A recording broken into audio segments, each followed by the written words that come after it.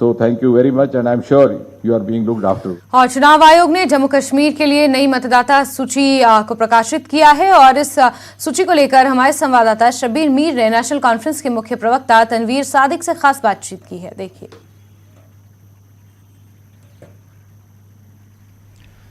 जम्मू कश्मीर के electoral rolls तैयार। अब नेशनल कॉन्फ्रेंस के chief spokesperson Tanvir Sadiq हमारे साथ हैं। तनवीर साहब, अब इलेक्टोरल रोल्स तैयार, अब क्या आगे, आपको क्या लगता है?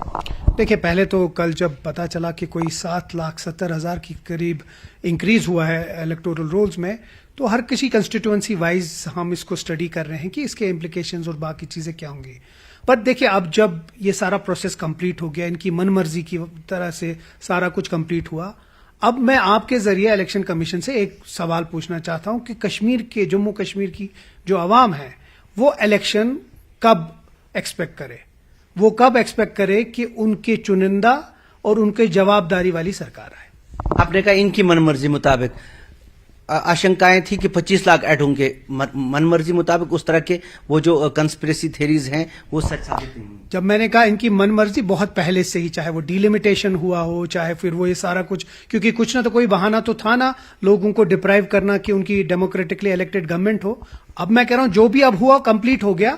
अब इसी हमें ये बताएं कि जम्मू कश्मीर की जो अवाम है वो इलेक्शन कब एक्सपेक्ट करे। एक और चीज जानना चाहेंगे, जब आप पीएचडी का भी हिस्सा हैं तो 370 को लेके आप काफी बातें करें।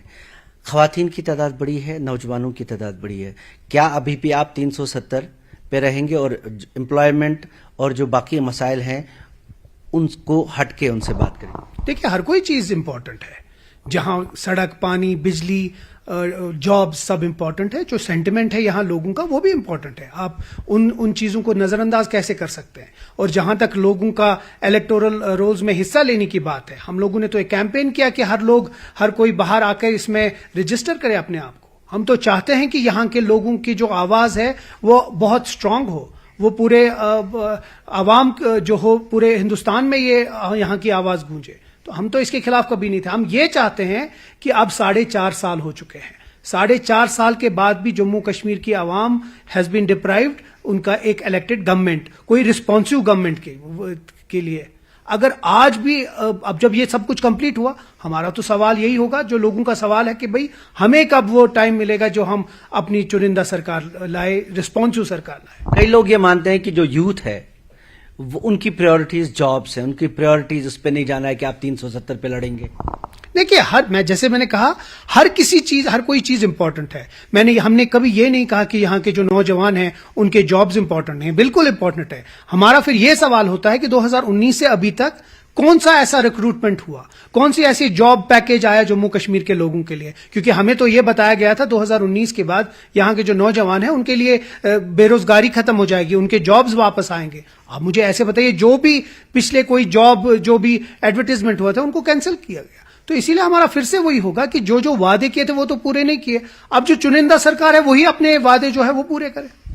यूथ वोटर है, बड़ी तादाद में है, ये एक फ्लोटिंग वोटर है, जो शायद जो ट्रेडिशनल वोटर होता है वो आपके जुड़ने का, लॉयल्टीज का, वो बदल जाए। एक चैलेंज है ये, इस यूथ को अट्रैक्ट करना जो नया है, जो शायद इतना लॉयल नहीं।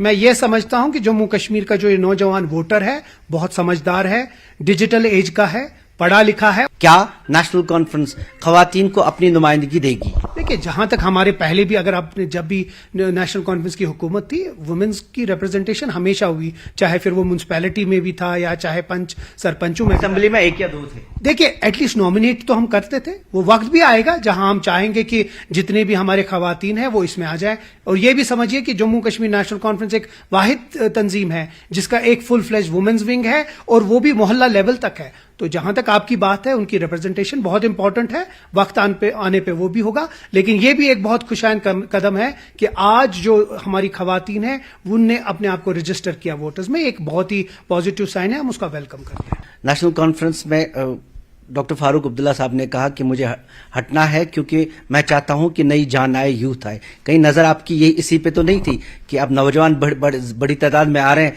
और डॉक्टर फारूक साहब को असाइड करके अब नए लोग आ जाएं?